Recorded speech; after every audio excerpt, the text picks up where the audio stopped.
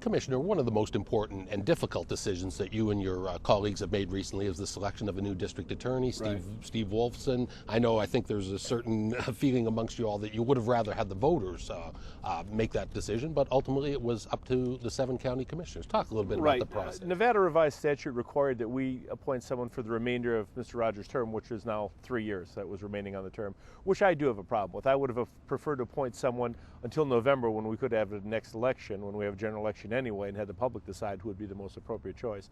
That isn't the case, and I have gotten assurance from staff. I've asked that we make that part of our legislative package next year to go forward and change that at the legislature. So if this ever arises again, we won't be put in the same situation. We had a great group of candidates come forward.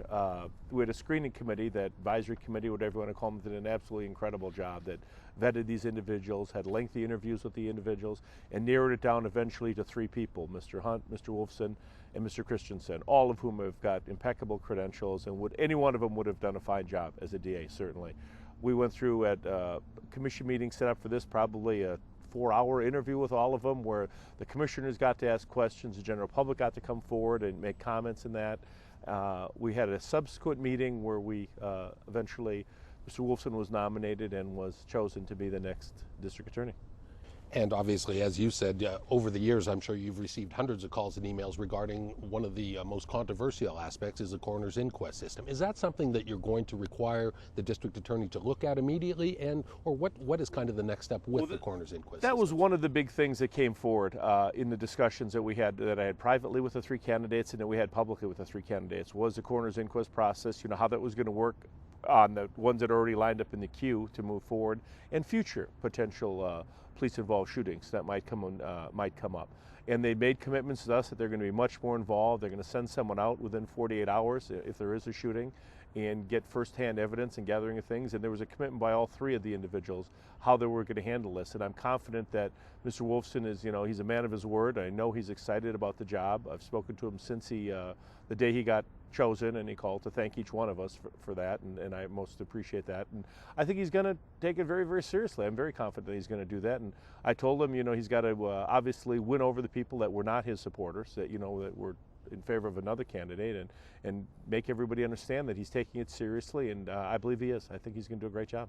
We're fortunate to have him.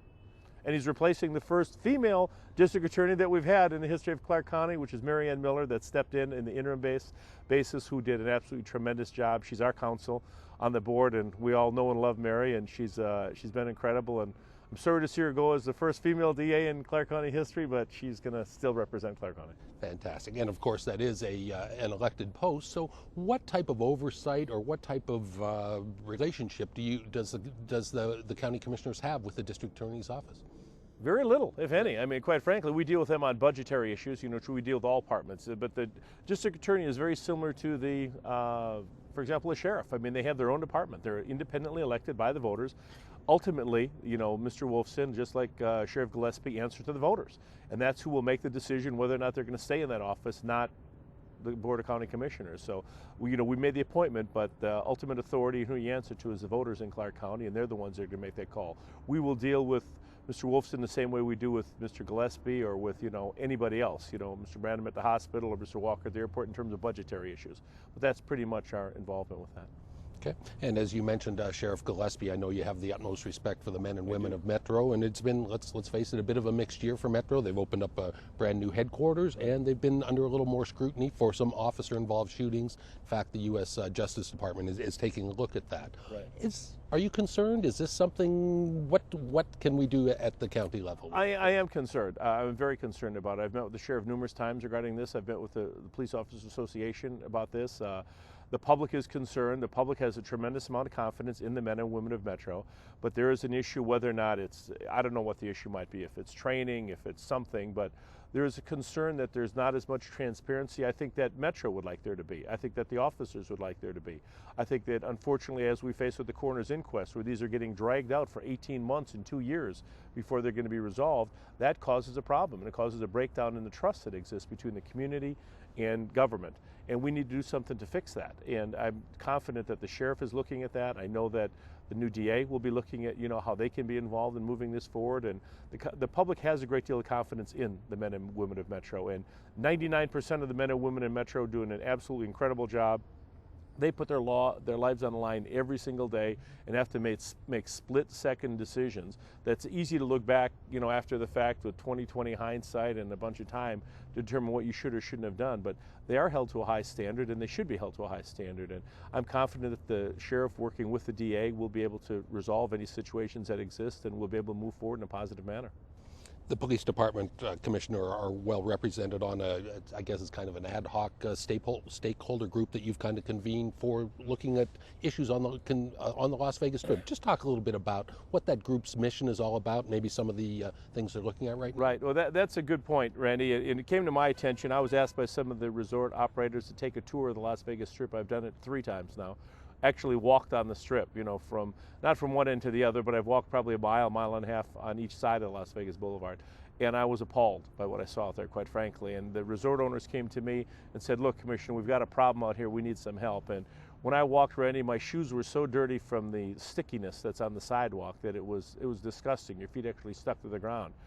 There was litter. There were people selling water, selling sunglasses, playing little card games out there. There were people dressed up in character outfits or little groups that were, activities that were singing songs and bottlenecking the traffic. There were these card flippers, you want to call them, and it was just, it was not something that you'd be proud of. And it's really important to me. That is the best 4 miles worth of real estate in the entire world, as far as I'm concerned. And we have to do everything that we can in our power to make sure that it's a positive experience. When people come to this town, when they come and stay on Las Vegas Boulevard, that they can walk unimpeded on Las Vegas Boulevard and take advantage of things. Take advantage of being able to look at the beautiful landscaping in front of the Wynn or in front of the Venetian, or look at the fountains at the Bellagio, look at the Pirates at the TI, whatever it might be, or the Volcano, whatever someone wants to see, to take in all these amenities and not have somebody hassling them and making it an unpleasant experience. So the resort community has been extremely helpful. I mean, we had a stakeholder group put together, and they're addressing all these issues with the panhandlers, we've had to come up with having animals out there, using animals to solicit sympathy and solicit money from tourists, to the vending of things and health-related issues. And I think we've made a lot of progress. I think they've made a lot of progress. They're going to come forward with some regulations pretty quickly here in the very near future. And I'm confident I'll do everything I can to implement those ideas and make the Strip what it should be. Because once again, a lot of people don't realize that things like this fall under the county's purview, including, the entire county commission, including several districts there. So whether it's things like marathon issues, right, good or bad, right, ultimately many of these things fall back into the lap of you and your colleagues. They absolutely do fall back into us, and we have ultimate jurisdiction over a lot of it. And some of the things are easily resolved. I mean, we've worked with the resort community, and we're washing what sidewalks are ours. We're washing, power spraying, and washing more often than we did. We're going to come up with uniform trash cans, I guess, in order that we don't have so much trash falling on the ground, and get them emptied, whether the county's going to have to empty them or the properties are going to have to empty them, but get somebody emptying them so they're not on the ground. Deal with, with water bottles, all this stuff, and people that are out there vending stuff have to get permits and licenses. We just got to get a handle on this stuff, because, like I say, it's important for our well-being that the tourism industry is our lifeblood, is our economy, and we need to do what we can to protect it, and I'm committed to doing that. How much longer do you expect this committee to be in place, and are there any other issues that they brought to the table that you frankly didn't think about? Well, they brought a couple up that we hadn't thought about. Quite frankly, the pets were not an issue when we originally set up the committee. They weren't as big of an issue as they are right now.